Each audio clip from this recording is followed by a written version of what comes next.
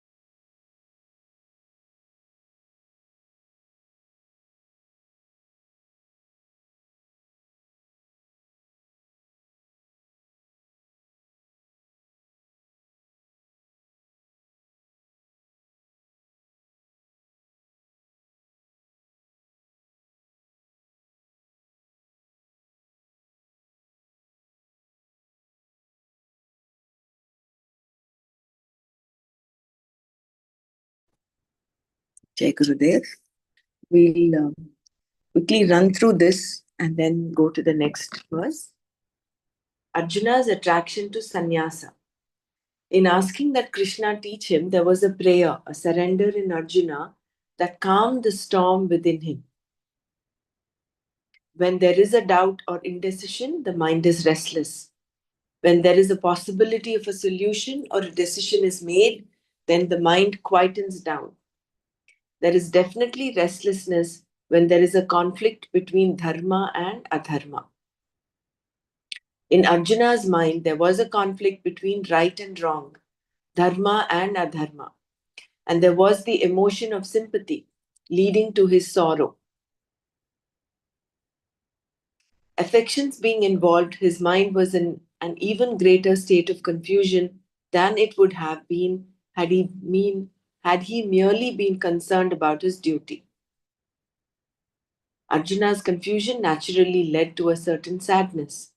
Lord Krishna was a good listener, and perhaps the two verses wherein he tried to whip Arjuna into action also helped to trigger Arjuna's thinking.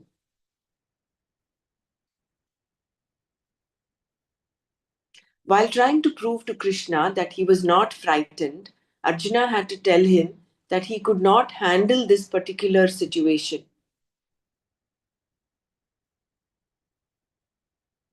He now saw himself as someone who was not as dispassionate as he was expected to be. Arjuna concluded that he would be better off living a life of alms, a lifestyle mentioned in the Shastra for a sadhu, a person who gives up the pursuit of all desires.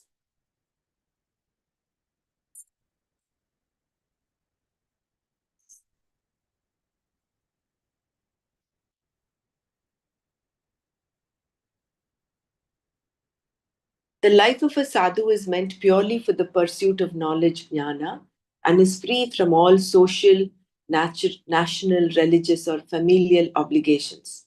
As a sannyasi, you are a non competitor in the society. You do not have a job, nor are you interested in anything in the next life like heaven and so on. Self knowledge is pursued to the exclusion of all else. The sannyasi is respected by the society and lives on alms, bhiksha. The Vedic society has a value for this lifestyle, and it is one of the four stages, ashramas, of a person's life. Sannyasa was exactly what Arjuna had in mind. He thought that a life of bhiksha would mean sannyasa, and he talked about it constantly. He knew that sannyasa was meant for jnana, moksha, and that it was not for securities and pleasures, artha, dharma, or kama. A topical problem becomes a fundamental problem. Having lived in the forest, Arjuna had met many great people, Mahatmas. What a period it was! Even though some Duryodhanas were there, it was an excellent era. Certainly, it is a rare privilege to have as one's contemporaries people like Vyasa and Shuka, Bhishma, Vidura, and Balarama. Although Arjuna had lived in such times, he had been a prince with his own predominant desires and ambitions. Naturally, he had not been committed to the pursuit of moksha, although he had access to it. He knew all about Shreyas, but now the time had come for him to pursue it.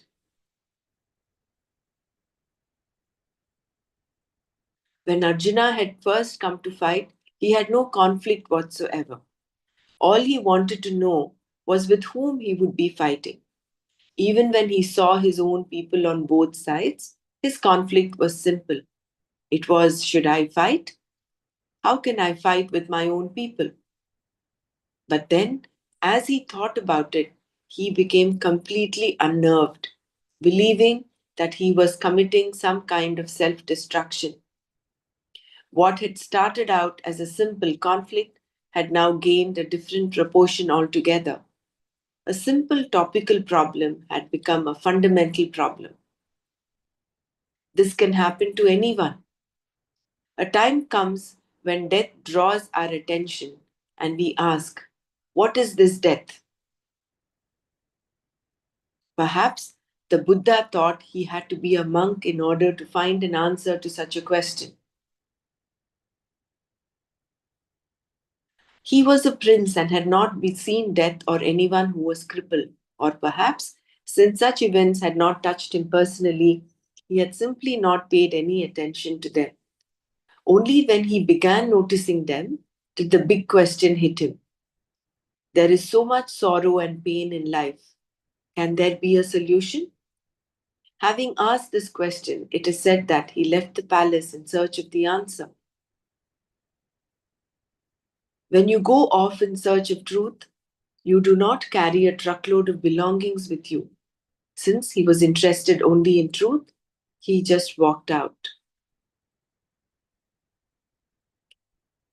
The basis for sorrow.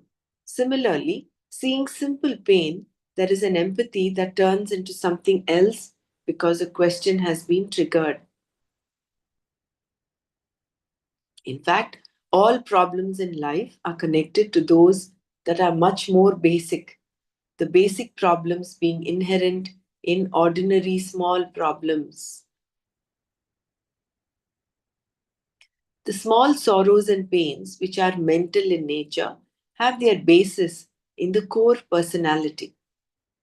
One who is angry becomes angry, and one who is not angry does not. Similarly, only the sad become sad. In order to determine why you are sad, a psychotherapist may take you into regression, back into a period of time when you picked up various notions about yourself and the world. In this way, your neurosis is accounted for, which is psychology. There is a core personality, which is psychologically traceable by an informed specialist.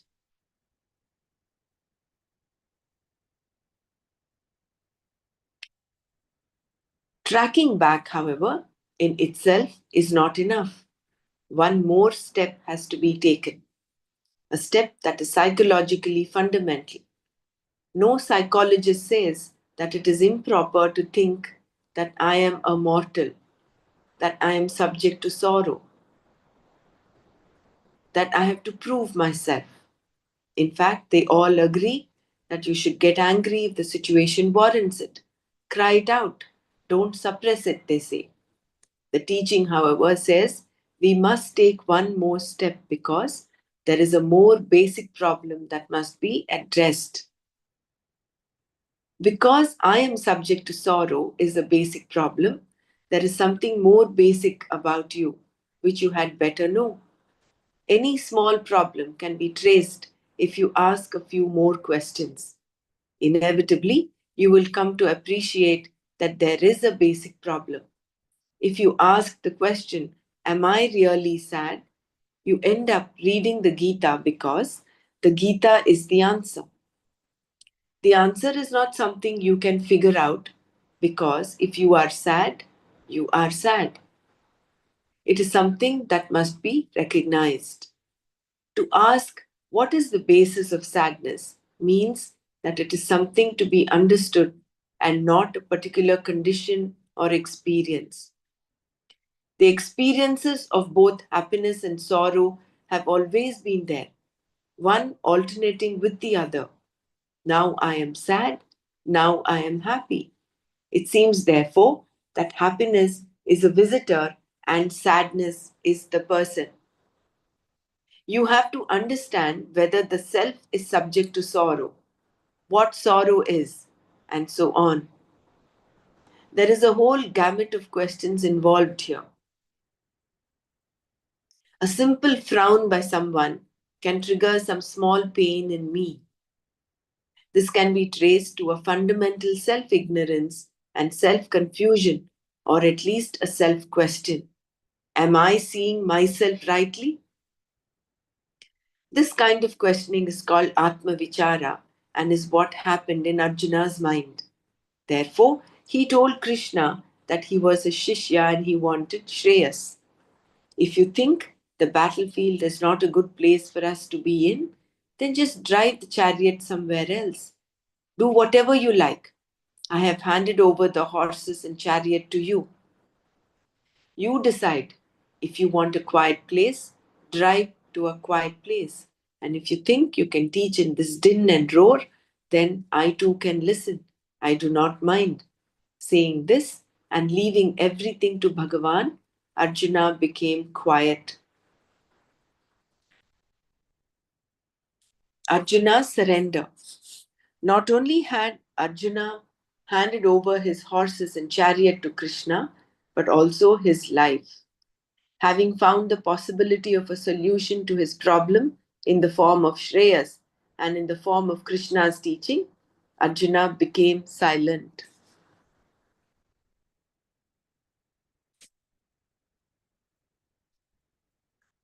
The storm in his mind had blown over.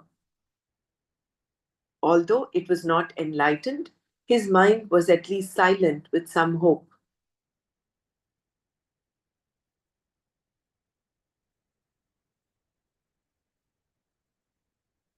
Although the storm was over, Arjuna was still overcome with an intense inner torpor. Where did it come from? He had been so enthusiastic, armed, and ready to fight.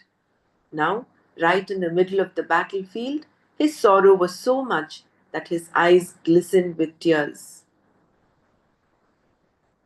What is torpor? I think it's a state of inertia. Let me just check how it is, what it means.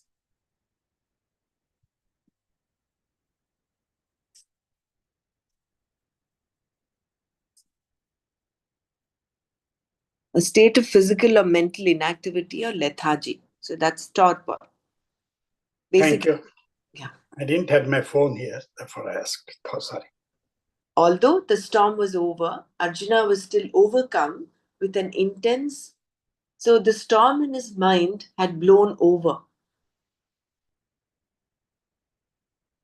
Although it was not enlightened, his mind was at least silent with some hope. Why? Because having found the possibility of a solution to his problem in the form of Shreyas and in the form of Krishna's teaching. So the storm was over, but he was overcome by an intense inner lethargy, torpor. Where did it come from? He had been so enthusiastic, armed, and ready to fight. Now, right in the middle of the battlefield, his sorrow was so much that his eyes glistened with tears. When you are in sorrow, you are present as a whole person. In fact, sorrow cannot come unless you are there as a whole person. Some people have a feeling of deadness due to some emotional problem, and in order to relieve it, to feel alive, they work themselves into sorrow. Only then do they feel that they exist. Only then is there some reality for them. Artists sometimes have this problem. They feel dull and think they should be either ecstatic or in pain. They say that pain produces music or some other art form. However, it is not the pain that does it. It is because the whole person comes out of the pain and then something is produced. The result of such pain then becomes someone else's pain or joy, perhaps, depending on the product. Similarly, Arjuna became a whole person because a storm had occurred. There was now no chance of sleep or any other expression of torpor, only silence. Having found this possibility of a solution, there was a lull in his mind now that the storm had blown over. What a silence it was. So I will repeat these two paras. So when you are in sorrow, you are present as a whole person. In fact, sorrow cannot come unless you are there as a whole person. Some people have a feeling of deadness due to some emotional problem, and in order to relieve it, to feel alive, they work themselves into sorrow. Only then do they feel that they exist. Only then is there some reality for them. Artists sometimes have this problem. They feel dull and they think they should be either ecstatic or in pain. They say that pain produces music or some other art form. It is not the pain that does it, however. It is because the whole person comes out of the pain and then something is produced. The result of such pain then becomes someone else's pain or joy, perhaps depending on the product.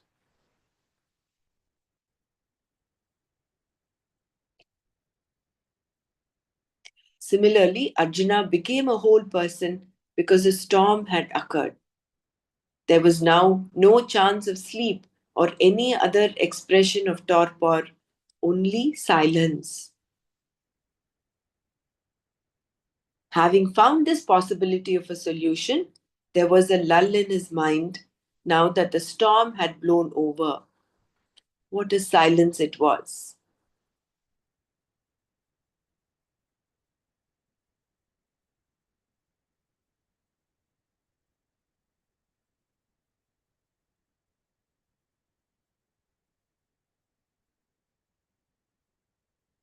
Any sharing before we move forward to the next verse? So, in order to feel whole, when a person goes through some, say a situation, he becomes sorrowful in order to feel whole, to become whole. And that is true whether it is for extremes of emotions, both for sorrow and joy. Hariom, what is to feel whole, Brahmaraji? Uh, is it with BMI and then from the inner side also? Internally, externally, both like that as a whole? Yeah. It is like you say, I am sad. So that I is you're feeling whole, that small I is saying, I am sad. That sadness is what you're identifying with yourself there. Which is why Arjuna said, um, Karpanya dosho pahata svabhavaha. He says, I am overcome by this miserliness and I am overcome by this sadness.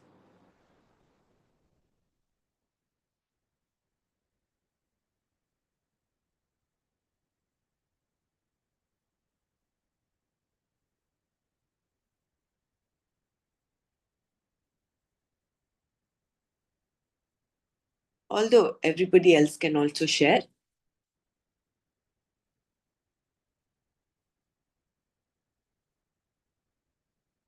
See, when sorrow is an emotion that we identify ourselves with.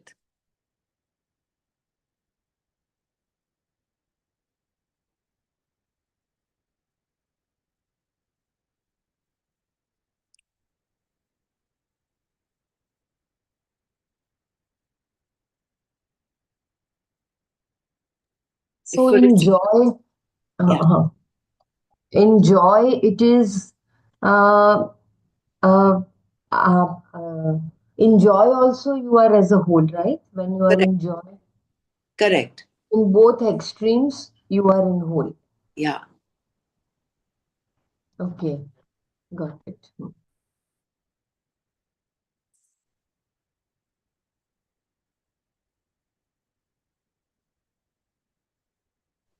See, when a person is angry, for instance, at that point, he is only overcome by an emotion. There is a storm of emotion. Only after that emotion subsides, then he becomes that anger automatically actually leads one to becoming sad. So, why did I become angry? And then you become sad. You're whole there at that point. Only then will you.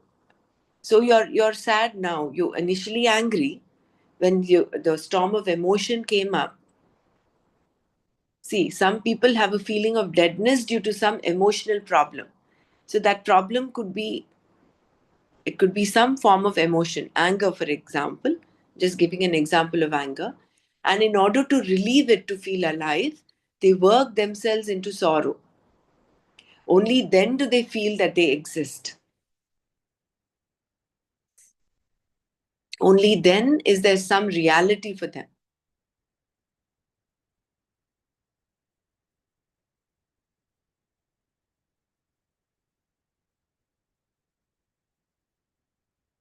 That means, is it a self-created sorrow for the momentarily to work out?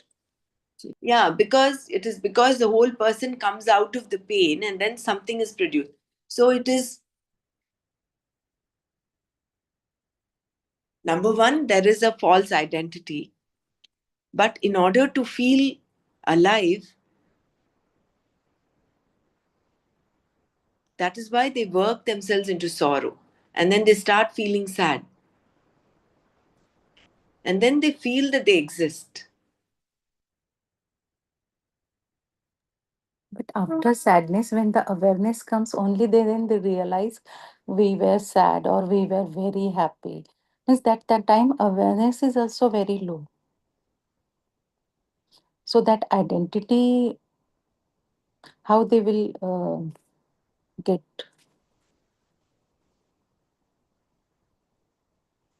See, when we look at our own lives, for example, this situation of anger, when you're angry, you're just overcome by that emotion. But that leads to you being sad. Anger, once the anger overcomes you, then you end up being angry with yourself. And then you become sad.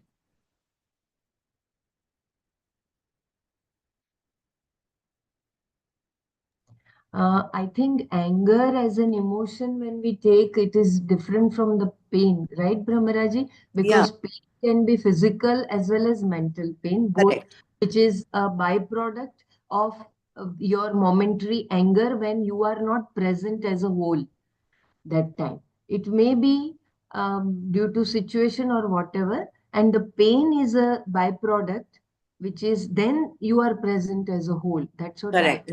my Correct. personal understanding. Same way, even in joy, when you are happy, then as a whole you are happy. The reason for happiness may be that time it may be you are not present the cause during the cause, but as a result again you are present as a whole. Correct. Okay. Now got it. When Arjuna was talking, giving all this justification, he was not overcome by sorrow. He only had the emotion of sympathy was showing up there. He was not sad. He was only giving justifications. What will happen if he fights the war? But when did he become sad? When was he whole? When was he like overcome? After that storm was over, then he became silent. He was overcome by that sadness. Yeah, because he poured his all inner through words, right, Correct. to Krishna. Yes. He already said those Vishada, and then as a result, he felt then pain, and as a whole, then he was present. Right. Correct. Okay. Now clear. Yeah. And then the silence followed. Yeah. Correct. Similarly, Arjuna became a whole person because a storm had occurred. There was now no chance of sleep or any other expression of torpor, only silence. Having found this possibility of a solution, there was a lull in his mind. Lull is a quietness now that the storm had blown over. Because he had some hope, because he had become, the surrender is what brought him to this silence. The surrender is what gave him that hope that yes, I have surrendered to Krishna. I've asked him for Shreyas. And in Krishna's teaching, he found that hope. He said, yes, he is the right one to get me out of this. And then he became quiet. So all that storm, that conflict of dharma, all that had quietened down.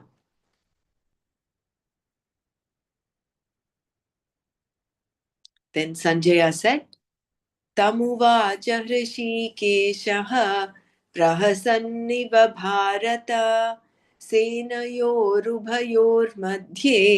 विषीदन्तमिदं वचः Bharat O Bharata Ubhayoh Senayoh Madhye, in the middle of both armies, Vishidantam, the one who is sad, tam to him, Rishikeshaha, Krishna, prahasanniva, as though laughing, smiling, idam, this, vachaha, sentence, uvacha, said. Bharata, ubhayoho senayoho madhye, vishidantam, tam Rishikeshaha, prahasanniva, idam vachaha, uvacha. O Bharata, to him who was sad in the midst of both armies, Rishikesha, Krishna, as though laughing, said these words.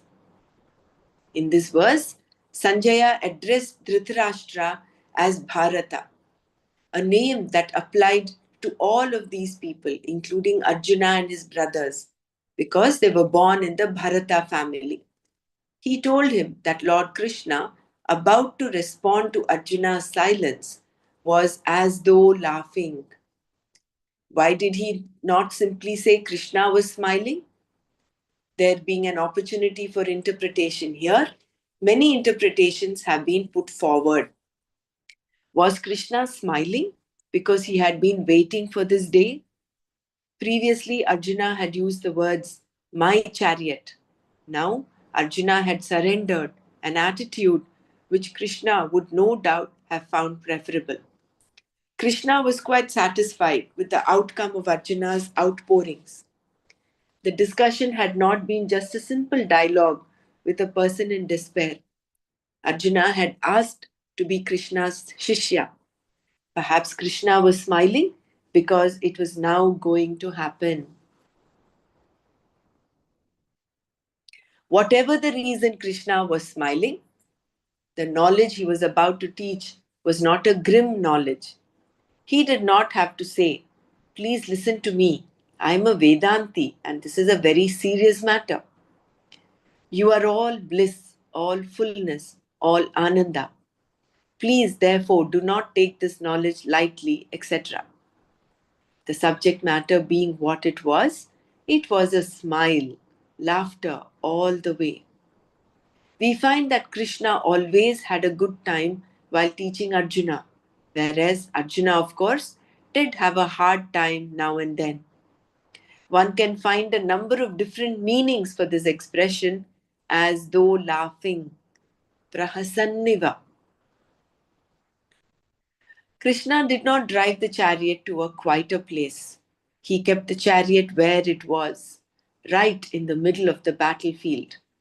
For gaining this knowledge, you do not require a particular time or place. You only require a particular person or persons. There should be someone like Krishna who, in the din and roar of the battlefield, had all composure necessary to talk to Arjuna. Arjuna too had the necessary composure to listen to Krishna, and the appropriateness of his questions indicates that he listened well.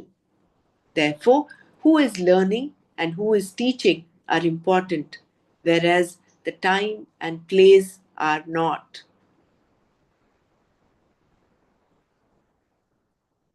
So you can get this knowledge at any time, any place. It is only the person who is learning and the person who is teaching are important. And the topic itself is such that it is not a serious topic. It has to be taken lightly. It has to be taken not in a serious manner.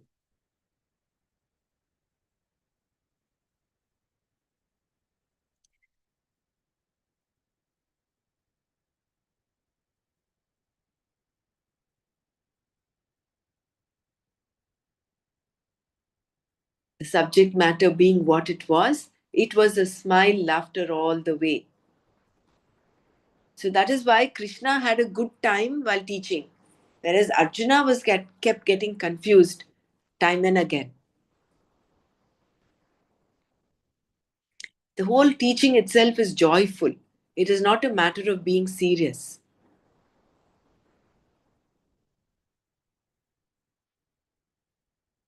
Joyful because it is realizing that you yourself are joy.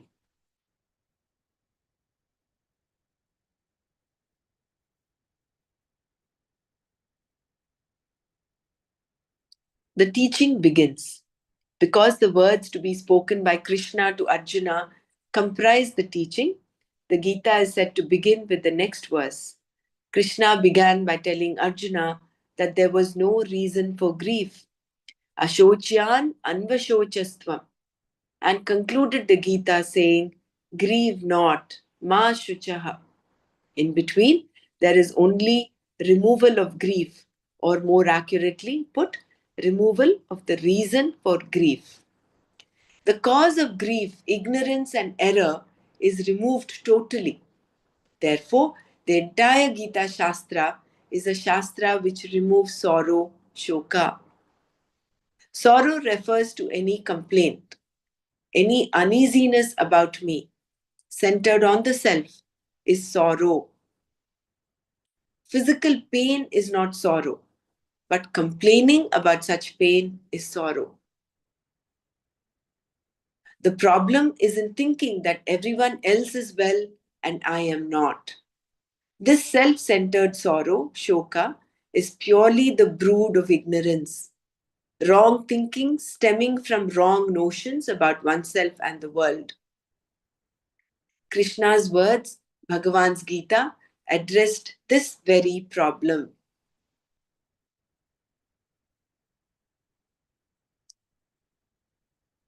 So I'll repeat this one.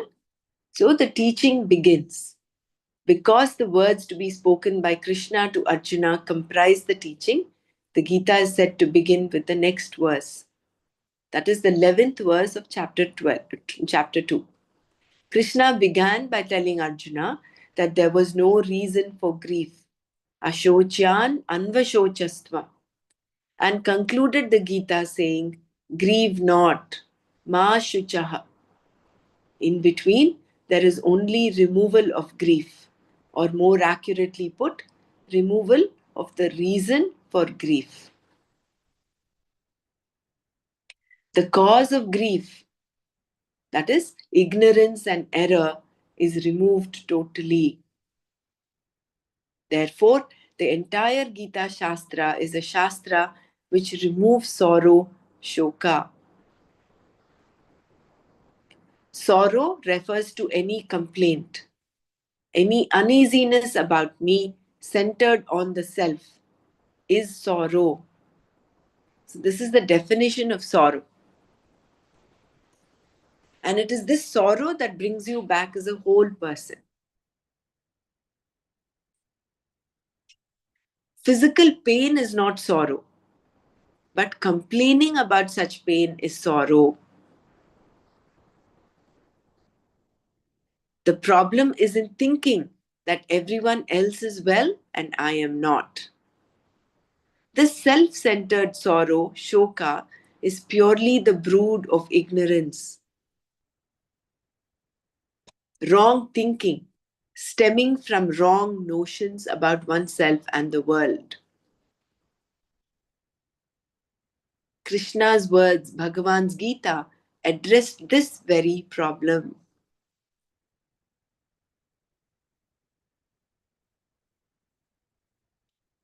So pain is inevitable, but suffering is optional, is what Gurudev tells us, right?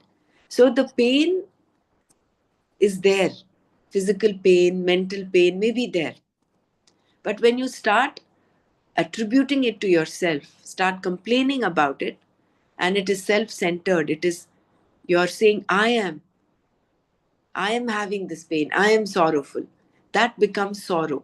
That pain transforms, it gets converted into sorrow. But if you see pain as just pain, it is just happening, then you are apart from it. And how does sorrow come in? It creeps in because of ignorance. Ignorance and the error, wrong thinking, stemming from wrong notions. So again, going back to the fundamental problem that I am insecure, I am sorrowful, or I am small.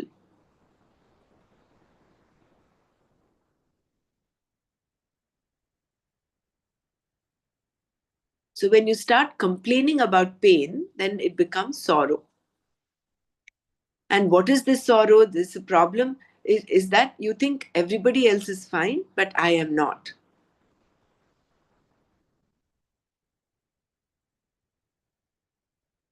And how does this come? It comes only because of ignorance. That is why Bhagavan starts his Gita teaching by saying Ashocyan Anvashochastvam. There is no reason for grief.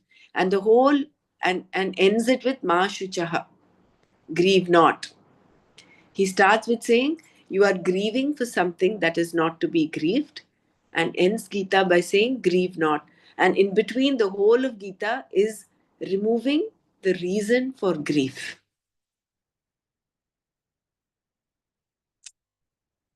How beautifully Swamiji has summed it up. Shri Bhagavanuvacha Ashocyananvashocastvam Prajnavadamscha bhashase Gatasumscha Nanushocanti Panditaha. Shri Bhagavan Uvacha said, Tvam you, Ashocyan, those who should not be grieved for, Anvashochaha, grieve, Prajnavadam, words of wisdom, Bhashase, you speak, Cha and Panditaha, the wise, Gatasoon, those from whom the breath has left, Agatasoon, those from whom the breath has not yet left, Cha and Na Anushochanti, do not grieve. Bhagavan Uvacha, Tvam Ashocyan Anvashochaha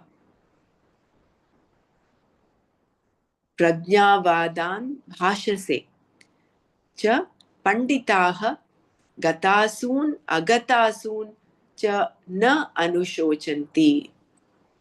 Sri Bhagavan said, you grieve for those who should not be grieved for, yet you speak words of wisdom.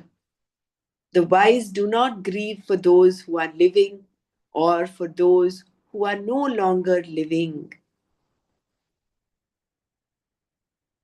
Arjuna, confused about dharma and adharma and overwhelmed by sorrow, became a Shishya and asked for Shreyas. Wanting to help Arjuna out of his sorrow for good and knowing that relative Shreyas was useless here, Krishna's teaching was for imparting self-knowledge alone.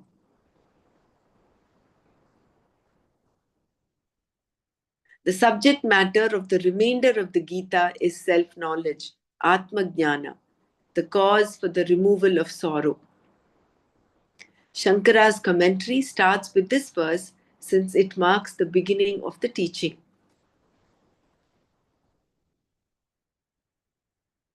While the word Tvam, meaning you, refers to Arjuna, it can also apply to any second person. The word is significant given that the whole Vedanta Shastra is nothing but that thou art, Tat Tvam Asi. The first 6 chapters of the Gita deal with you alone. What is you in the equation Tat Tvam Asi?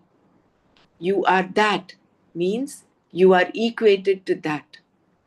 That has to be presented, and the meaning given is the Lord Ishvara. Therefore, Tat Tvam Asi means you are Ishvara. That there is a difference between you and the Lord is obvious. But because the statement Tat Tvam Asi is an equation, it seems as though you are equated to the Lord. The vision of the Shruti is that you are that Ishvara who is the cause for the entire creation. That Brahman you are. The Tat Tvam Asi equation is a statement, a vakya of this vision.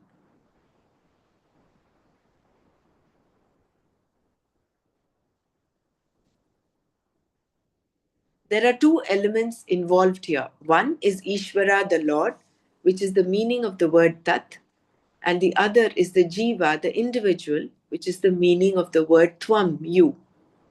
Unless the meaning of you is properly understood, the equation cannot be understood because there is a contradiction. If the statement, you are Brahman, were to be a self-evident fact, there would be no necessity for the teaching at all. Since, however, there is a contradiction because Jiva and Ishvara, between Jiva and Ishvara, we have to resolve it.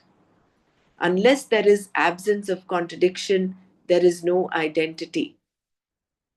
Unless you recognize the real meaning of the word you, which means I, there is no way of discovering the identity between you and Ishvara that the Tattvam Asi equation reveals. Therefore, the first 6 chapters of the Gita emphasize you. The next 6 chapters deal with that, the Lord, and the last 6 chapters deal with the identity between the two. You will find as you proceed that the whole subject matter in the 7th chapter changes and that the last 6 chapters are significantly different.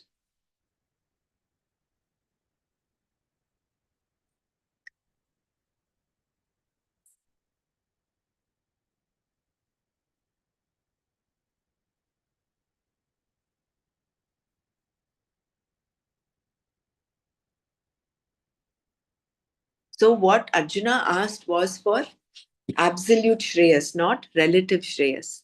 And what is Shreyas? Absolute Shreyas?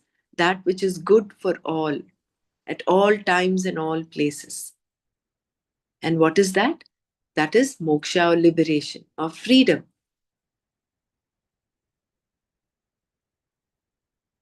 Freedom from the sorrow that he was going through. Freedom from that non-identity or the misidentity. Freedom from ignorance. And therefore, Krishna's teaching was for imparting self-knowledge alone. It was not momentary, it was not meant only for Arjuna at that point, that situation. So when he says this, sorry, the Atma Jnana, right? So that is not connected to any of these things that we are going through. I mean, we are going through meaning like this pain, sorrow, and all that stuff, right?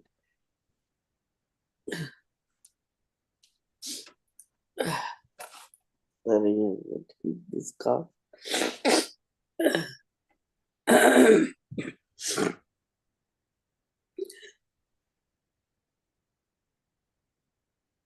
Yes. So Krishna he pointed out the fundamental mistake. He says, Ashocha, he hit the nail on the head, right in the beginning itself. Right, you agree. He did not small talk Arjuna into Atmajnana. He just went. Yeah. But one sword, he says, Ashocyan anvashochastva. So you're grieving for those not grieved for. Then he is talking about the boys do not grieve for those who are living and who are not living also. So therefore, the subject matter is Atmajnana. And the word tvam over here, what is the word there he's used? Ashochan anvashochastvam. Tvam is there, right? So that tvam is not meaning, that does not apply only to Arjuna, it applies to everybody. Yeah, right.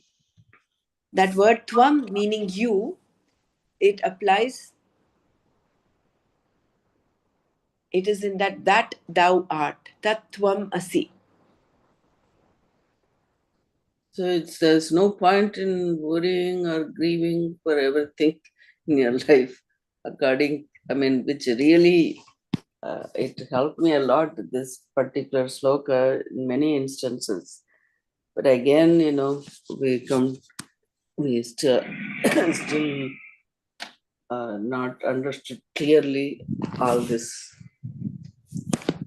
knowledge. So when you should separate this, like especially that pain part you talked, right? Like I mean, there is pain. Your physical pain is there, but you let that go, not identifying it with it by its with it, right? Is that basically what's Jai what it? Gurudev. Maybe when you complain, it becomes that energy becomes totally new, screwed. Like complaining is the Yeah, one which makes. people mostly complain, right? Like in the sense, even ourselves, you may not think about it all the time, but sometimes when there is real, like you cannot do certain things because of this problem, then you say, oh, I have this pain, I can't do this. Right? So how we go about not think about it at all, that's my way, I mean, No, the approaching. thing is the Yeah. identity. When you Mm. identify yourself, Right, see, physical pain is not sorrow. That is what is very clearly mentioned. right. It becomes sorrow when you start complaining about it, saying, I am having pain, I am going through this. Right. Whereas So your body is the one going through yeah, it. if you So you distance have to yourself, separate that from that part, right? So our body is one feeling the pain, or the mind having some confusion or conflict isn't with it? people. So, Then, yeah, when we separate that out, that you're not really feeling that. So that's how, exactly. So then yeah, you see that sense of freedom that you get right. when you look at it as from a distance. You are only witnessing the pain. You are Mm, not linking yourself to the pain and saying, I am pain, I am suffering this pain. Then you once it becomes suffering, then you start getting you are sad. You become sorrowful. But as so long as our, you see it as pain, as yeah, long as you're seeing, supposing someone has frowned at you, someone has a frown. mm, Now, if you just look it as a as frown a sound, yeah, and let it be, it will not bother you. But right. what you do, that frown, you start attributing to yourself. Oh, Mm, this person is not look happy down with on me, me. and Yeah. something is there. So you're linking yourself with Mm, that emotion, and then you become sad. Then you start complaining, and then you start doing that negative spiral. Oh, I am not good enough. mm, I'm, there is some lack in me. That is why right. he's frowning. Mm-hmm. And then you go and start doing all this negative talk inside of you. Mm. That makes you very sad. That's sad, right. So Exactly. you see a frown as a frown. You see Mm, things as they are. as they are. Mm, Then right. you are not. But then the problem is you're linking yourself to it. And what then? How does that link come? Because of ignorance. Because you're linking yourself to the limited you. That is why that tvam, you need to understand what that Mm-hmm. tvam is. Mm-hmm. In that equation, that Right. tvamasi, the Yeah, first that's six chapters of the Gita talk about tvam. about you. And Okay. who is that you? Are you this little one that is Mm. that is sorrowful? What is that you? That Okay. you is Who are you? blemishless, is Satchid Ananda. So that Yeah. you is what is being talked of in the first six Mm. chapters. 6 chapters, right. So that is why you need to understand what that you is. Mm-hmm. So, but see, there is an obvious the difference that there is a difference between you and Ishvara is obvious Mm. because we are talking from the standpoint of an Ajnani. Mm. As an Ajnani, there is a difference. But because the statement Tattvamasi is an equation, it Mm. seems as though you are equated to the Lord. Right. The vision of the Shruti is that you are that Ishvara, who is the Mm. cause for the entire creation. That Brahman you are. The Tattvamasi equation is a statement, a vakya of this vision. Mm. But where are we? We are coming from the standpoint of we thinking this Tvam or I, Aham or Tvam, you and Mm. I, we are limited. We are Yeah. kinchignaha, alpagnya. Mm-hmm. Right. So this is the whole second chapter. First 6 chapters are an unfoldment of that tvam. Tvam. Mm. So That really unless the makes meaning of you is properly understood, the equation cannot be understood because there is a contradiction. yeah. Mm. So this is where it begins, this teaching. You, I mean, that's very clearly stated here, but it takes to really understand each word here. Yeah. Unless you recognize the real meaning of the word you, which means I, there is no way of discovering the identity between you and Ishvara that the Tattvamasi equation reveals. Therefore, the first 6 chapters of the Gita emphasize you. The next 6 chapters deal with that, the Lord, and the last 6 chapters deal with the identity between the two. So we'll stop here today. We can revisit the 11th verse from tomorrow, and we'll continue. Okay, good. Jai Gurudev. Yeah, good day. Om Loka Samasta Sukhino Bhavantu. Om Shanti Shanti Shanti. Om Tat Sat Shri Krishna Arpanamastu. Jai Gurudev.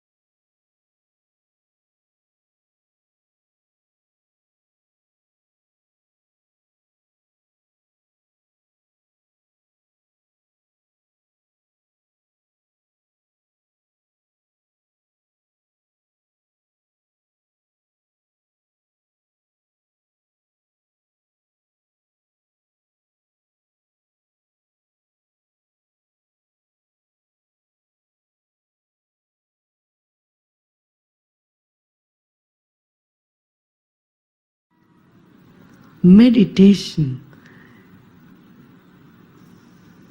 is accepting this moment, living every moment totally with depth. Let us keep our spine erect and body relaxed and eyes closed. Relax your shoulders. Keep a big smile on your face.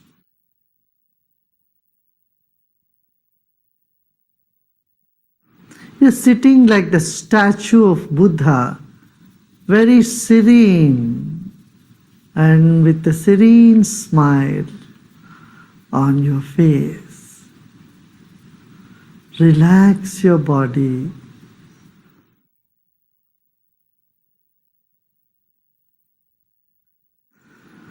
Let's take a deep breath in and breathe out.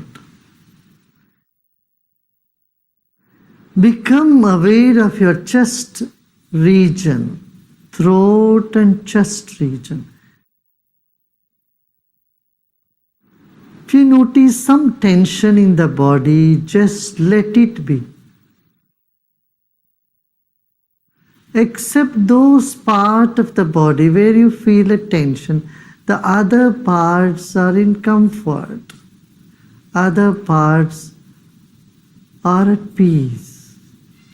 Become aware of that also.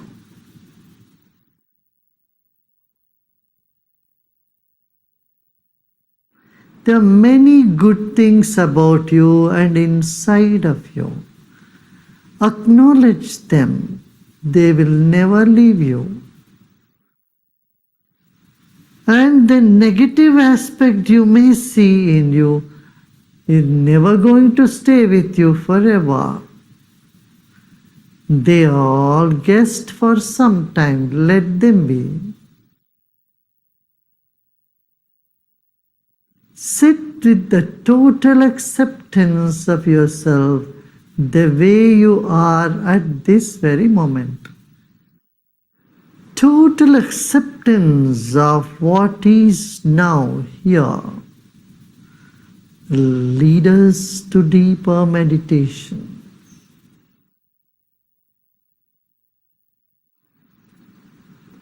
Let go of all the effort.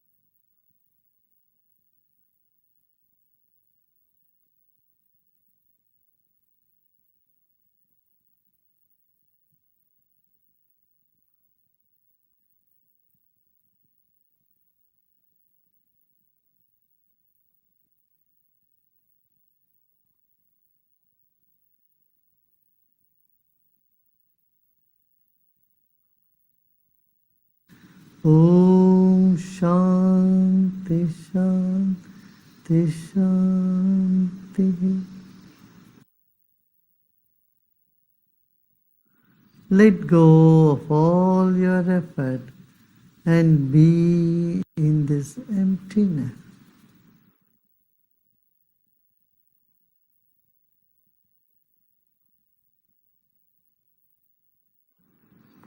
And slowly and gradually become aware of body and surroundings. And you may gently open your eyes.